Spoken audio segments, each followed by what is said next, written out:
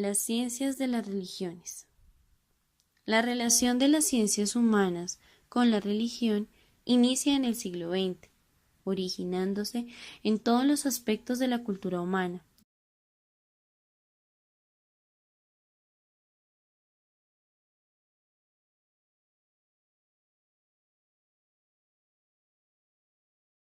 Dando lugar después a una psicologización de la cultura actual, caracterizada por Elena Bejar.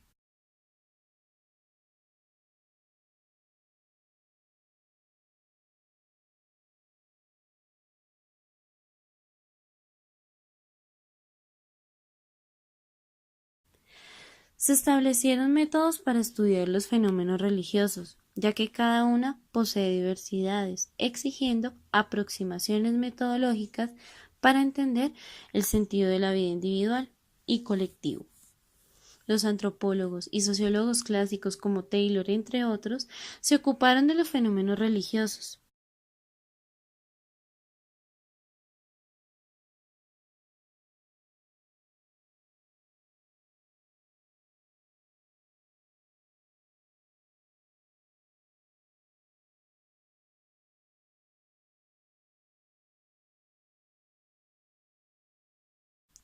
Debido a la crisis de la falta de identidad en la razón occidental, se da un diálogo entre posiciones ideológicas y metodológicas, permitiendo un intercambio de ideas y un mejor conocimiento de las religiones. La religión y el ser humano tienden a ser interesantes y complejas, debido a que puede observarse, describirse e interpretarse de diferentes puntos de vista, que ofrecen una visión en conjunto.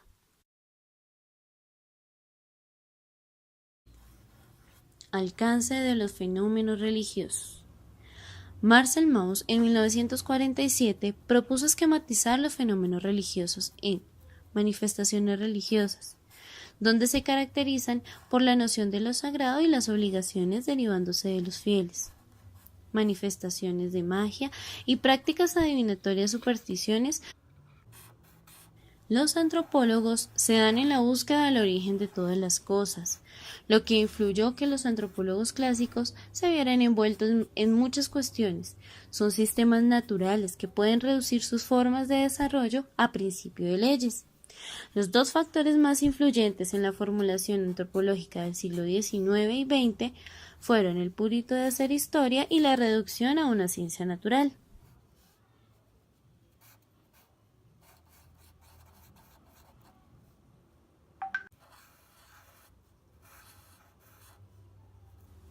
Fraser establece, aparte del espíritu científico, que debe permanecer siempre en el antropólogo. Este también debe examinar costumbres, creencias de la humanidad, donde el investigador debe tener una simpatía y disposición crítica para tener conocimiento de los perjuicios de investigación.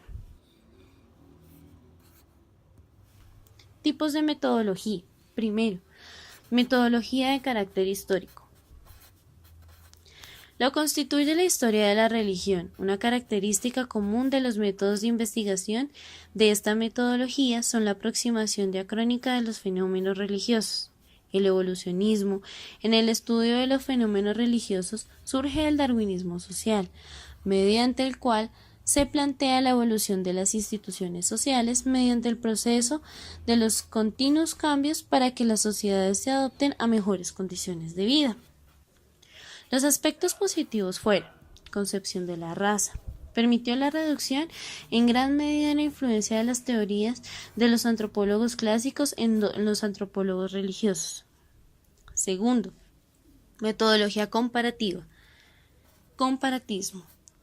Fue uno de los métodos que se utilizaron de manera diferente en cuanto a los sentidos de la religión, la cual nació en el siglo XVII después de la desvinculación en el occidente cristiano, teniendo en cuenta que se decía que quien conoce solo una religión no conoce ninguna.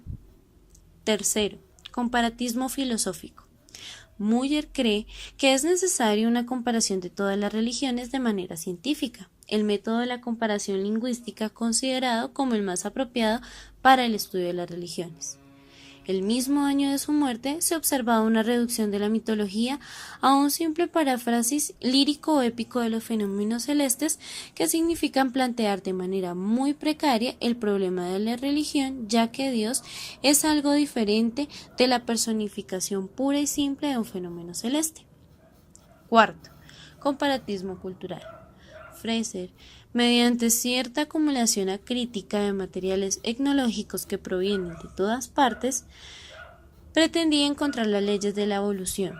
Dio muestras de su historicismo, ya que excluía de su teoría cualquier forma de influencia histórica entre las culturas. El comparatismo, tal como se practicó en el siglo XIX y a principios del siglo XX, cayó en un descrédito total, surgiendo de la comparación de la religión como totalidades y la comparación de los fenómenos equivalentes en las diversas religiones. Las dos tareas tienen como meta común la construcción de tipos. Quinto, metodologías estructurológicas. Claude Lévi-Strauss ha señalado la grandeza y servidumbre del método que intenta reconocer la unidad y la permanencia más allá del espacio y del tiempo. El conjunto de las costumbres de los pueblos está siempre marcado por un estilo donde después forma sistemas. Es necesario y suficiente alcanzar la estructura inconsciente subyacente en cada institución para obtener un principio de interpretación válido para otras instituciones y costumbres, con la condición, naturalmente, de llevar bastante lejos el análisis. Sexto, metodología sociofenomenológica. Pretende conjugar la metodología histórica y la estructural. Cabe señalar que la cultural es un factor determinante en las religiones por dos motivos. El primero, las culturas siempre se han de actualizar. Y segundo, las historias se pueden vivir y narrar mediante herramientas culturales. Este método debe ser aspectual, polimetódico y sin fronteras precisas.